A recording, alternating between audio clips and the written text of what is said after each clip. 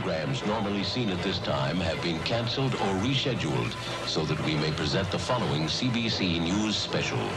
It's one of the worst air disasters ever, and it's taken more Canadian lives than any other crash in history. Air India Flight 182 simply disappeared from radar screens off the coast of Ireland. On board were 329 people. More than 280 of them were Canadians. At least 86 of the passengers were children. It is almost certain that no one survived.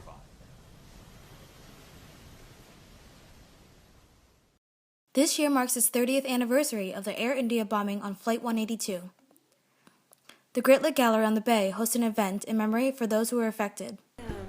I think this was a Canadian tragedy that initially wasn't framed that way.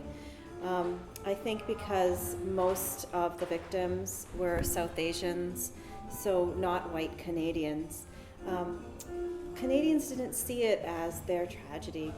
And what was mentioned in the event as well is that Indians kind of didn't either. And so nobody claimed it as their tragedy.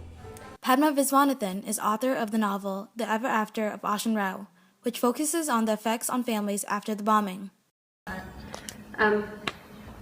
Memorializing is a funny thing, though, and there are ways in which the memorializing of Air India is simultaneously necessary and problematic. It starts to harden into a single version of what it was and the ways that it's appropriate to remember it, and the memorials themselves, often physically. Some of them were not at all what the victim families had wanted, and many of them feel divorced from it. I mean, there are a lot of, again, as necessary as it is, memorializing keeps certain conversations alive. It also can deaden some aspects. Apprentice Single is one of many who has been affected by this tragic event.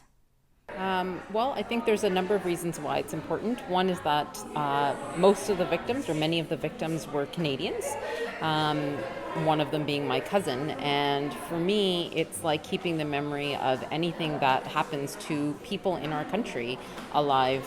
It's part of our history. It's part of who we are. It makes us aware of our past, our present, and also our future. Today, the investigation of Air India Flight 182 is still ongoing. Reporting from Mohawk College Journalism, I'm Han Vo.